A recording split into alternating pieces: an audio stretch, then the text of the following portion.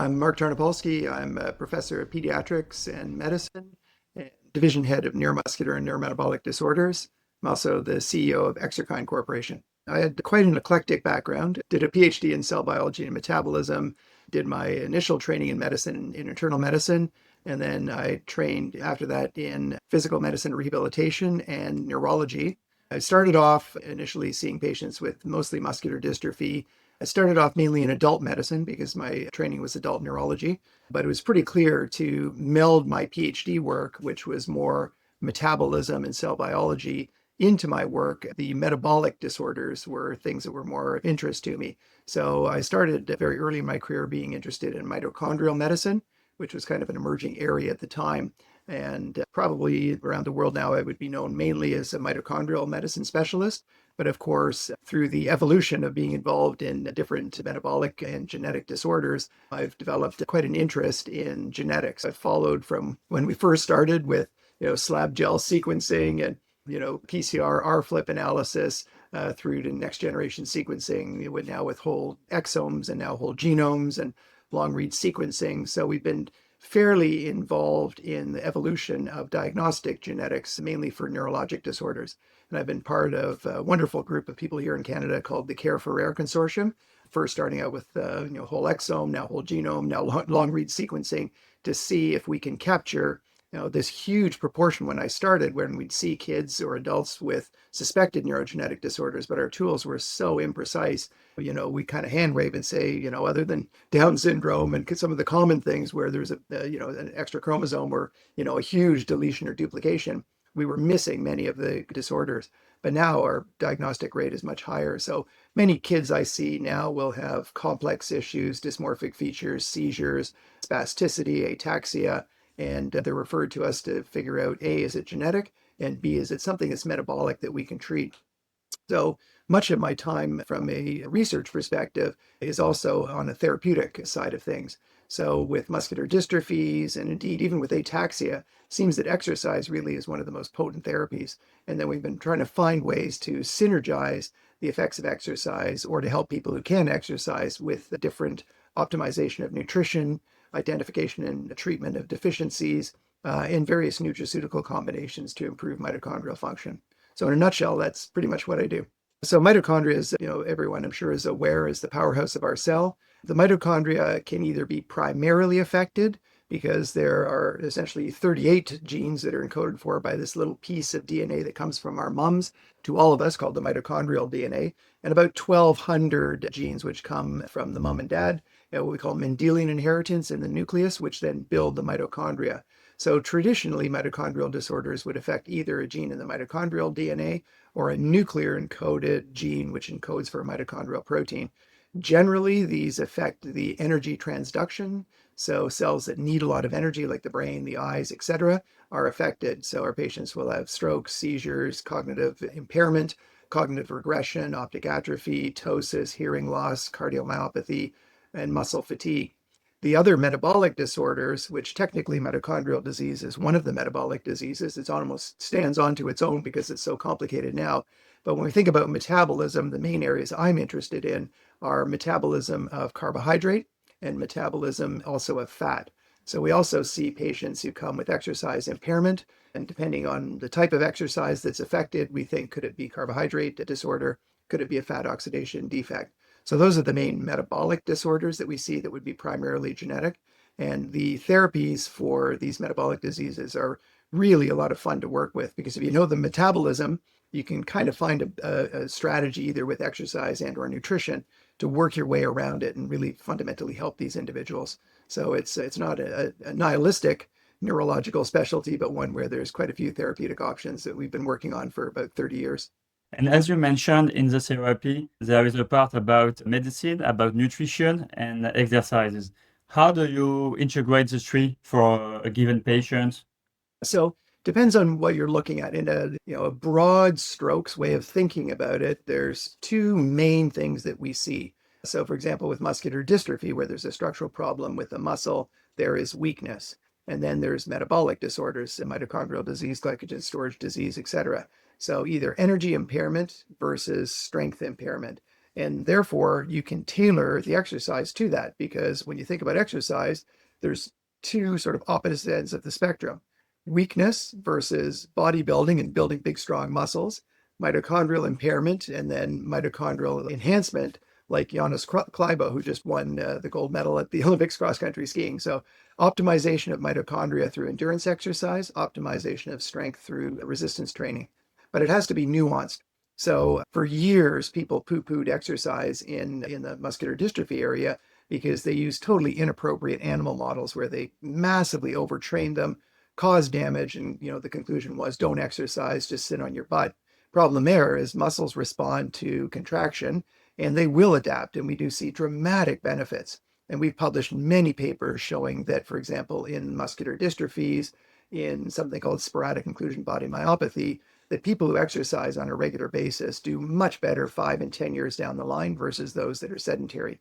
And also, given that the disorder, like I just mentioned, sporadic inclusion body myopathy, people live a normal lifespan, but they do have impairment and are often in a wheelchair. So if you don't think about exercise and nutrition, people are getting metabolic associated fatty liver disease, dysglycemia, and then obesity, which just makes their life harder. If you're weak and you have to, carry an extra 40 pounds of adipose tissue, it makes it harder to function. And then on the flip side, when we think about mitochondrial disease, for example, people think, well, they have exercise intolerance, so don't exercise. But a good friend of mine, Tanya Tavasalo, did the first work showing that if we actually train them with endurance exercise, these patients with mitochondrial disease, their exercise capacity goes up, their quality of life improves. So I think knowing what the disorder is and knowing various strategies can really help. Just a fun example as well is there are two glycogen storage diseases that are the main ones we see. One is called McArdle disease, where you don't break down glycogen during exercise. The other is PFK deficiency, which is in the glycolytic pathway. And the exercise is completely different. So a patient with McArdle disease, we want to give them carbohydrate 10 to 15 minutes before, because it can come in and before it gets stuck as glycogen, they can use it as energy. Whereas a PFK patient is completely blocked. So what they do well with is fasting overnight, so that there's fats floating around, amino acids, and they can bypass the metabolic block. And I have folks with PFK deficiency, who are traditionally were getting rhabdomyolysis, very frequently, who are now exercise training 3 days a week for an hour at the gym. But they have to really be careful of how they do it and, the different dietary strategies. So it's really a rewarding area to be in, and patients get dramatic benefit and pretty much can go back to a normal life in many cases if done properly. And with that feedback, do you have some advice for healthy people? Absolutely. I'm so sick and tired of all the hype that I see now in the last 5 years of lifespan extension and these longevity clinics. It's a load of garbage. The bottom line, in our lifetime, mark my words, I'm probably going to die in the next 30 years. And when I die, there's going to be one strategy that's going to extend lifespan that'll be proven, and that is endurance exercise. And that's because when we look back in studies, the one in Stanford, 21 years studying runners versus sedentary people, 4-year lifespan extension. The great work by Stephen Blair and colleagues looking at huge, massive cohorts of people followed for decades and decades. The only strategy that improves lifespan that's proven is endurance exercise. So you get those 4 years. And so therefore, doing endurance exercise, which not only we've proven in our patients is dramatically beneficial, we've also looked at top sport endurance athletes in their 60s and 70s versus sedentary people. Yes, your VO2 goes down over time, but the people who do regular training better maintain the VO2. And in our study, we found that those over the age of 65 who were athletes had better VO2 max than sedentary 20-year-olds. So we know that VO2 is directly proportionate to lifespan and also health span. And then the flip side of this too, again, when we think about this endurance strength training from a health span perspective, resistance training is really what's most important. So I used to be an international level endurance athlete for many years in 3 different sports. I represented Canada and, had a really high VO2, only did endurance exercise, but, into my 40s and 50s, oh my goodness, my back, I used to, do a lot of construction. Picking up a board, I can only take half the boards I used to carry. So you notice that you're getting weak. So now I'm trying to practice what I preach and do resistance training. And it's very clear that older adults, to maintain health span, and that is getting off a toilet, going up and down stairs independently, preventing trips and falls, carrying a bag of salt, not throwing your back out. The resistance or strength training is really important. And so, what we have seen in older adults, we apply to our patients. What we learn in patients, we apply to healthy aging. So health span and lifespan, it's really exercise. Now, nutrition, you cannot ignore it.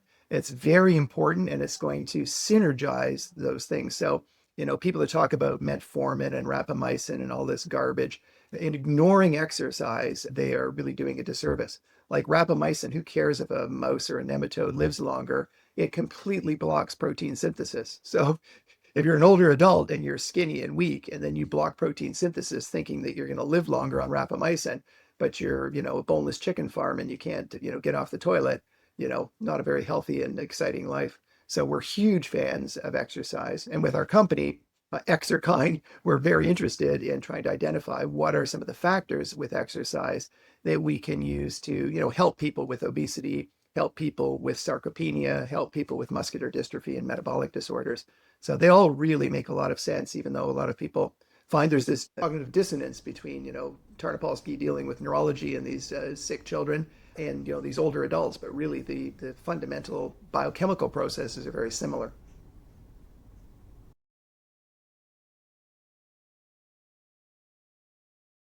Came out of this whole concept we're talking about. And that is, we know that when people exercise throughout their life, things like skin, cognitive function, lower risk of cataracts, there's systemic benefits. And a world-class colleague and friend from the Netherlands, Mark Fabreo, who was doing a postdoc with Bente Peterson, first discovered something called myokines. And these are proteins that are released from muscle, which have systemic benefits. The first they identified was interleukin 6. We were sitting around about probably 17 years ago in a lab meeting. And I said, now there's evidence stuff can come from fat, it can come from liver. Instead of calling it a myokine, which means it comes from muscle, let's just refer to everything that goes up with exercise as an exerkine. And so what we did is sought to discover what goes up in athletes and, what are those factors, and we'll call them exerkines. So we did a number of studies where we took blood from young people, older people, athletes, sedentary people before and after exercise, and we put it on a petri dish, tried to figure out what point did we see mitochondrial biogenesis. When we did see it, it was mostly in the post-exercise athletes. So then doing proteomics to look at the two, we identified interleukin 15 as our first exerkine. And we said, well, this is kind of cool. Went to the university and let's do a spin-off company. We called it Exerkine because I came up with that term. And we have patents on the use of interleukin 15 for improving mitochondria in skeletal muscle. We then went on to get into gene therapy. We got very excited about exosomes, but we proved from one of my patients, unfortunately, that it couldn't work and our whole company went bankrupt. So then we went back to the drawing board and started thinking about all the work we've done with nutrition and trying to improve the benefits of exercise. So we pretty much have, again, same concepts, endurance and strength, or improving mitochondria, improving strength and function. We're trying to improve muscle strength with what we call muscle 5, and then we're improving mitochondrial function with a product called TRIM7, which all comes from our work in patients where we've been trying to enhance either muscle strength or muscle function. And the TRIM7, as the name implies, was mostly designed around obesity, based around our mitochondrial core concept of treating mitochondrial disease patients, where we published a clinical trial back in 2007.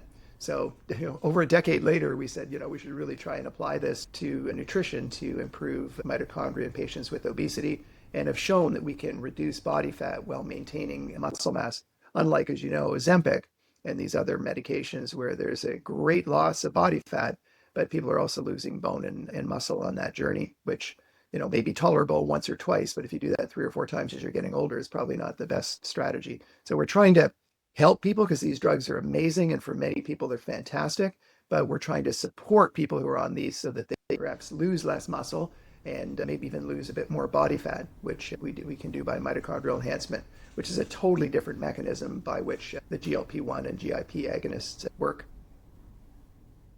So before I really got into our more recent work, I was under the impression, based on our work, and I still believe it, that exercise is the key thing that we need to work on, and nutrition is icing on the cake. The importance of the different nutritional strategies increases as we get older. It increases when people are overweight or obese. And what we found is that if you don't optimize your nutrition, we, for example, did studies which were yet to be published, but they were done independently by a third party where people took our mitochondrial enhancer, and exercise is the most important thing for improving endurance and improving strength. And nutrition was what we call the icing on the cake. Certainly when people are young, when you're in your 20s, you can make a lot of mistakes, maybe stay out partying and not optimize your nutrition, do exercise, and you're still going to get pretty substantive benefits.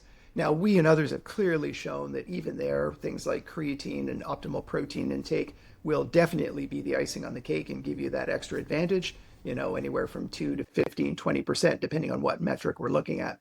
But as people get older, the importance of nutrition becomes that much more acute.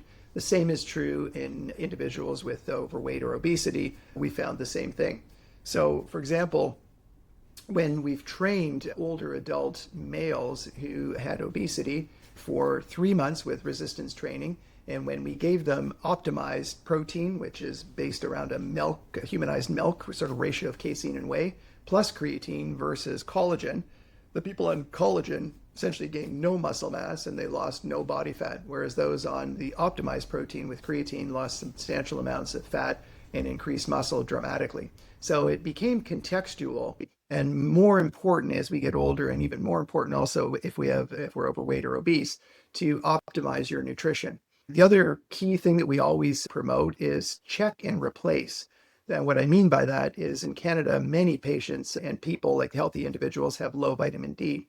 Vitamin D, when it's low, is not only unhealthy for bone, but it also has a negative effect on muscle. Check and replace vitamin D is one of the common ones. As people get older, vitamin B12 deficiency becomes increasingly more prevalent. And so checking that and replacing it is important as we age. Younger individuals, especially women, iron is low. So we check the ferritin stores and replace iron because that's going to compromise your mitochondrial capacity if you have low iron. So that's one concept. And then from a supplement perspective, I think the one that stood the test of time for resistance training really is optimization of protein, good quality protein, and creatine. And those really are the core of a lot of the products that we've created for muscle. And for the mitochondrial enhancement, what we've found back in 2007 in patients with mitochondrial disease was alpha-lipoic acid, coenzyme Q10, vitamin E, and the creatine given to patients with mitochondrial disease. We could lower oxidative stress and improve mitochondrial function. So that's become the core of a lot of our products that we've now spun off for skin health, for obesity, and also for fertility, and showing dramatic effects in both preclinical models as well as randomized human clinical trials. Most of our studies, we have mixed protein intake, and what we look at is the total amount of protein. So certainly for top sport endurance athletes, my first study in 1988 showed that the top sport athletes need about twice the daily protein intake. Now that can be achieved with a vegetarian diet, but it has to be well sort of monitored to make sure that people get the complementary amino acids. It is a lot easier for people, especially as we age, to get adequate protein if we have higher biological value protein. So I've always been a big fan of Mother Nature, and as mammals, we consume milk. The women breast milk in humans is about 60% whey, 40% casein. That ratio seems to be optimal, not just for protein anabolism and preventing breakdown of muscle, but also to inhibit appetite a little bit through the GLP-1, which when you take that. So 1.2 grams of protein per kilogram for older adults is something that people need to strive for. The challenge is many older adults don't consume a lot of calories because they're not putting out the energy. And so to get 1.2 grams per kilo, one of the things you can do is you might get by with 1 gram per kilo if you have a high biological value. Eggs, milk, lean meats, fish. Now you can get it with a vegetarian diet, but it becomes very challenging, especially as you get older and your total caloric intake comes down. Now, there are advantages to vegetarian diets that we do know from a heart health perspective, but I think if people are exercising, if people are not consuming highly processed meats, and I think a lot of negativity around, meat and fish and these sort of things is highly processed stuff, like, breaded fish sticks. People are calling that fish. No, but, a fresh caught trout grilled in the barbecue is a very different entity than breaded fish sticks. The same is true, a high-fat hamburger versus 100 grams of lean beef. you're getting 35 grams of 30 to 35 grams of protein. So again, I think that's part of the challenge with epidemiology, is that you get all sorts of other things mixed in which confound the interpretation. So the other final point I'll make is the one thing to be careful of if you truly want to be a vegan vegetarian or even a lacto-ovo vegetarian, you're probably going to be quite deficient in creatine. So it's even more important to be taking, that 3 to 5 grams of creatine monohydrate in those individuals. A vegan gets no exogenous creatine, and people have shown even improvements in cognitive function when vegans also supplemented with the creatine. And of course, they need to check their B12 because that's often deficient as well.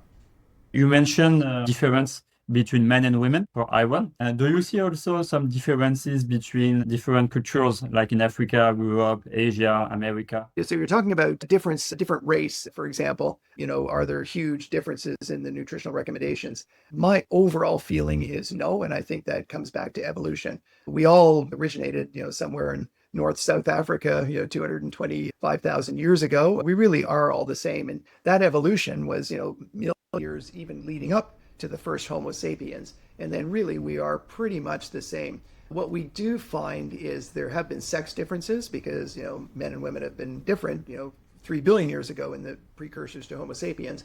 And there seems to be a little bit of an evolutionary selection where women can oxidize lipid more than men. And, it does give them a little bit of an advantage in the longer duration activity. Now, how does that translate to nutrition? Only with endurance exercise. With women, they don't tend to carbohydrate load as well as men. We showed that a few years ago. Men and women are still fairly similar, and the requirements are similar. The deficiencies are a little more prevalent in women, like we mentioned, the iron deficiency.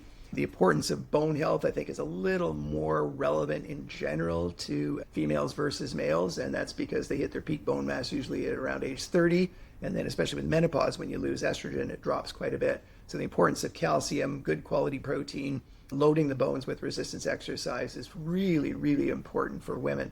We do know that South Asians, we've done some work that they tend to have more abdominal truncal obesity.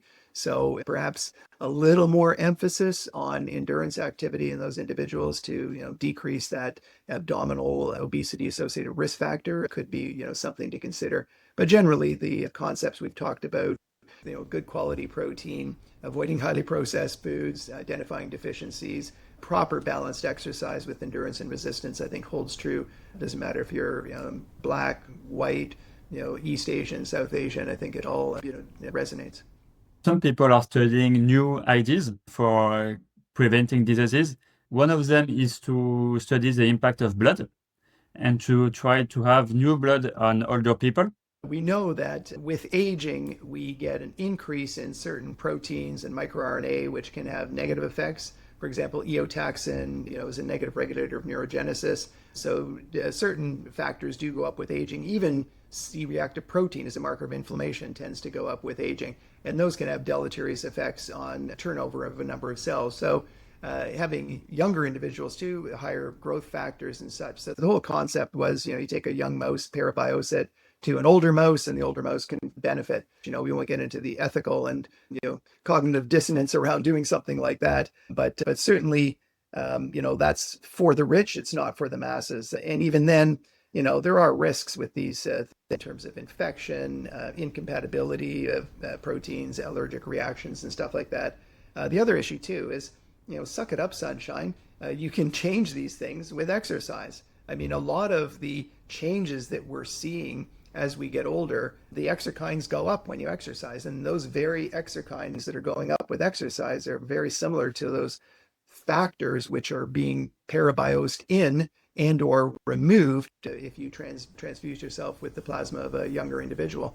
So, I think it's selfish. I think it's not practical. I think it also, I'm a big fan of universality, that I think things should be accessible to all aspects of society, not those who are rich. And, everyone can go out and kick a soccer ball around, and, there's no, it comes to the starting line of the 100 meters or doing a marathon, it's not the rich people from Kenya and Ethiopia who are winning, or the rich people winning the 100 meters, So anyhow, I disagree with a lot of these concepts. I mean, but again, it comes back to exerkines, really, at the end of the day. You have experience, you have followed a lot of patients. What would be for you the most common misconceptions? I saw a boy yesterday with Duchenne muscular dystrophy. who was transitioning from pediatric care to adult care, and we're able to still see adults here, fortunately, in the Children's Hospital. And the boy was told, don't do any exercise whatsoever. And I said to his parents, well, we have two kinesiologists that we've hired in our clinic specifically to teach people with muscular dystrophy how to exercise safely, appropriately. And we've published many studies across the spectrum that people are in a much better space if they exercise versus don't. So I think that misconception is still rampant in the neurology space. And unfortunately, people feel that if it's not a gene therapy, which some people say or they think is a cure, that is not worth considering. When I started in 1996, this is years after they discovered the gene for Duchenne dystrophy. When they discovered the gene for Duchenne dystrophy back in the late 80s, they said, we're going to have a cure in 5 years. Here I am now talking to you in 2026. We still don't have a cure for Duchenne dystrophy. And I had a lot of parents saying, look, if it's not a cure, I don't care, forget it, but we've done exercise, nutrition, and those who follow this advice walk longer, they're healthier, and we want these folks to live longer. And when they're living into their 20s, 30s, and 40s, if you ignore proper nutrition and diet, people get aging-associated disorders, obesity, dysglycemia, MAFLD. We did study massage years ago, and it was an interesting backstory to that. I thought I was 20 again and jumped in the water and thought that I could do a deep water start on water skis and ripped all my hamstrings off, tore my sciatic nerve, had my leg reconstructed. And as part of that, the physiotherapist was doing some massage. And I just started asking, what's the massage? He said, flushing out lactate and everything. I said, it's just a load of garbage. There's no lactate in my leg. And we know that when you finish exercise, lactate is pulled out through the MCT transporters very rapidly. So I started looking at it and there really was nothing. So we did a study where we did exercise and then behind a wall, a massage therapist randomly massaged one leg and not the other. And we did muscle biopsies before, 30 minutes and 3 hours later. Somewhat to my surprise, we did gene arrays. And what we found, it was a generalized pathway for increased mitochondrial biogenesis in the leg that was massaged and for a decrease in inflammation. So then we looked at the proteins, which are the master regulators, if you will. One is called PGC1 alpha, which goes into the nucleus to turn on mitochondrial biogenesis. That actually went into the nucleus with massage more readily than the opposite leg. And what we found was NF kappa B, there was less of it translocating into the nucleus, so less inflammation with massage. So people think it just feels good, but we did show that there actually are some very interesting mechanical properties, probably mediated by various focal adhesion kinases, which sense the deep stretch in the muscle. So we were pleasantly surprised and got a lot of press around that. So I do recommend for my patients, if you're going to go to, chiropractor or whatever, I would say massage therapy should be top on your list because our data shows that there's likely some significant benefits. For you, what are the current technologies in the next 10 years to watch? I just would say to be cautious of is there's so much hype around all of these longevity supplements and people are extrapolating from worms and mice, which is a very dangerous thing to do. I mean, there's 1,000 things that will extend lifespan in a nematode, and then to extrapolate, but people do this, unfortunately, for profit. We need to have things tested in humans with proper randomized double-blind crossover studies. And moreover, we also need to show that they're not antagonistic to the benefits of exercise. So I challenge everyone out there, which we've spent millions of dollars with our company doing, to study, first get the mechanism in animals or petri dish and preclinical work, study it then in proper RC.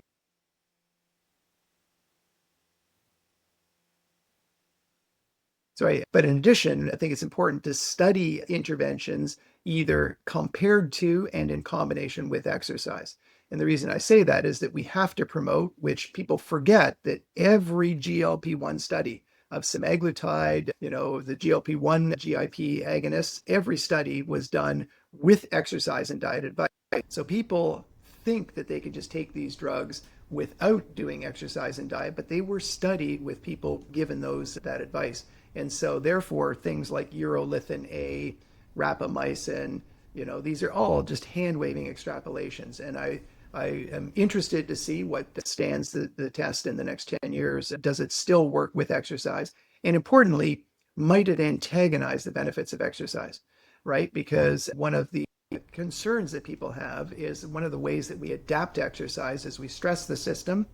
We get molecules going up like reactive oxygen species, which can signal through PGC1 alpha, upregulate mitochondria. And it's a little controversial. There's studies showing both ways, but a study by Risto in PNAS a few years ago looked at vitamin C and vitamin E given to people who were doing endurance exercise training, and it blunted the benefits. Again, if you don't get the ROS, right, because you have antioxidant, and then you don't stimulate PGC1 alpha, you don't get the mitochondrial adaptation. So all of the work that we've done at our company Exerkine and Stay Above Nutrition is a nutritional division. We always make sure that we're not blunting the benefits of exercise. Because like I say, endurance exercise is our only strategy proven to extend lifespan in humans. What is the evolution you saw on the way we are doing research, the method, the tools? They become very reductionist and they, go into cells and they think they can stretch a cell, and that's the same as exercise. So I think if people are talking about exercise, you have to do exercise. So it still comes down to a knowledge of physiology. And sometimes what you think and you predict, and even if you use AI and it predicts that this is going to happen, you fundamentally have to go to the human. You have to go to the working physiological system to ultimately show if something's doing something or not. Hepatocytes in a petri dish are not the same as blood circulating from muscle through fat to the liver. There's such an incredible complex interplay in the human system that I think that, yes, we have great tools. We've got, we can now sequence the human genome. We can do whole exome, whole genome sequencing. All those things were completely insane. It cost hundreds of millions of dollars to sequence one person's genome, a few decades ago, and now we can do it for, a couple $100. So the technology is there, but, I think we have to remember that these don't exist in isolation, but applying them to a properly designed experiment. With AI, from what I have seen and what I predict is going to happen, is it feeds on whatever is out there in the stratosphere. So unfortunately, if too many people, blogospheres and stuff without clinical trials, put into the general pool of the internet that, let's say, urolithin activates biology, without having the ability to go down and actually look at the figures, look at the papers, line them up, which only an experienced human who has a lot of research experience can see that, this really doesn't hold true. But if you just do a blurb on what's the top mitophagy enhancer in the world, it's urolithin A. But when you actually look at the studies, which AI can't pick out, and very few of even my colleagues have picked out that there's huge problems with the original research, you keep actuating more and more and more of the same thing. So what happens is influencers and all this, whatever the heck that means, those are the folks that are going to influence what becomes the new reality and the new norm. So it's a bit of a scary situation, and it's hard for folks. It's like getting a F1 car and not knowing how to drive it. You might have the best tools in the world, but if you don't drive it, then you're still not doing well. So I would say to all the researchers out there, never forget the interconnectedness of the body, the importance of physiology, which has kind of been poo-pooed to some extent from a scientific perspective, but really all of our molecular tools we're applying in the context of a physiologic system and thinking about the design of a study very, very carefully as we move forward. So I think those are important things that people need to remember as they move forward. Do you use AI? I prefer human intelligence. And again, just an example, you go into AI and you ask it, what's the top mitophagy enhancer, and it'll spit out urolithin A. But you go into the paper and you see that, they started with 30 people per group and then they ended up with 5 or 6 at the end. So what happened to the 25 other subjects? AI doesn't pick that up. The discrepancy between the 500 milligram versus the 1,000 milligram dose. On one, they showed mitophagy, but no increase in mitochondria. The other, there was no increase in mitophagy, but an increase in mitochondria. But then the conclusion is that it activates autophagy and cleans up your mitochondria. For AI, we do use it for, generally like a search tool. For example, my daughter and I were trying to remember who was the first person that came up with the term body composition index. So we did a search and, sure enough, when it came up, I said, yeah. So it saved me a couple of hours of searching for it. I just couldn't remember the person's name. But having 30 years experience in this area, I was able to verify, yes, that is correct. The problem is, one, with hallucinations, and two, with, misinformation influencing what becomes the new reality. If you don't know how to interpret it, you can have some issues with it. Certainly, it's amazing for identifying different patterns, but again, you need to drive it. So for example, we just got some protein array data back with 91 different cytokines. And with my experience over the last, 35 years, I could tell that it was pretty clear that there were certain exokines going up. It was pretty clear that growth factors were going up, and it was pretty clear that there was an anti-cancer effect. So I could see that based on my experience. I mean, I only knew probably 25 out of the 91 different proteins that we had. Then we ran it through AI, which then made it easier than, going through a KEGG pathway and other, gene ontology pathways. And sure enough, those were the top three that came up. So already seeing it, knowing, interpreting, getting the results back, I was confident that yes, it fits with what my a priori hypothesis was, but it came up with some really great references. The nice thing about that is that because I had the background, it came up with some other proteins that I was not aware of. So I was able then to go in, do a PubMed search and say, oh, NT4, wow, I didn't know that was an exokine. There's stuff going back to 1996 showing that this does decrease fatty liver. Totally fits with our data. So it really does speed certain things up. I think the problem is when people rely on it to write their papers, interpret their papers without driving it. It's like, me trying to drive an F1 car. I'd botch it up pretty good, even though it looks nice and fancy. And in the right hands, it's incredibly powerful. I think that there are definitely advantages to it, but there's pitfalls for those who are too lazy. But it does speed up many aspects of data interpretation in science. So in the clinic, as I was mentioning earlier, when I started, I recall, going and doing consultations with the metabolic genetics group when I was a resident, and we had so few diagnoses. To see the advances in genetics and to see it come to fruition, where previously we'd get an answer maybe in 5 or 10% of our kids from a genetic perspective. We're now in our study we did called Care for Rare. In our clinic, we had a 75% positivity rate where we used whole exome sequencing to look at kids that we highly suspected had a neurogenetic disorder. And it's just really exciting to be part of that development. And, it's a little incremental better with whole genome. We're now looking at long read sequencing to check for inversions and other undiscoverable variants. But we have so much more left to discover. AI I think is going to help us. For example, there's estimated to be 22,000 genes in the human body.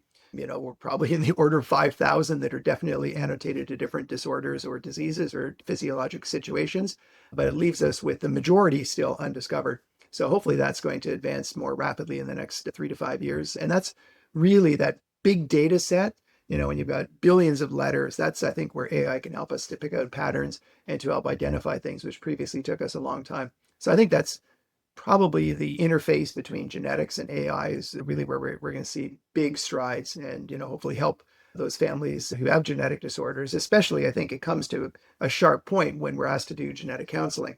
When, parents want to have more kids, they've got a kid with a severe neurologic disease. We do whole genome. We don't find anything. And there's kind of this gun against your head. What are you going to do next? Help us. Is this genetic or was this just a random thing? So it's, I think, it help a lot of these families to make appropriate reproductive choices with accuracy moving forward. What would be 3 recommendations of books related to health and genetics? I don't read books. I think the reason I don't read, I read books, fiction and fun. The problem with the scientific book is by the time you read it, it's old school. So again, it's great, but from a scientific perspective, to really understand the science, you've got to be looking at the original research. Again, PubMed is peer-reviewed research. Even their stuff can sneak in, but I would be very careful, I would say to people, to be using a book to learn science. It's good for the basics, good for the fundamental principles, but if you want to be at the cutting edge, you've got to have that background knowledge, which you can get from a variety of different books. There's great textbooks in biochemistry, molecular medicine and others. But again, anatomy, physiology, biochemistry, people jump too far ahead without learning the basics. So I would say if there's 3 books, read one about human anatomy, human biology, and biochemistry and metabolism. Get to know those really well. Then once you have that background, be looking at the proper literature, not blogs, not opinions. Opinions are fine to put you down a certain pathway, but check and verify. And PubMed is probably still the best source of, stuff that's verifiable and not, tainted at least so far, by AI-generated false information. Thank you for being part of this journey to make genetics more accessible to everyone. Your feedback is very much appreciated, and you can also contact us via the link in the description. Thank you.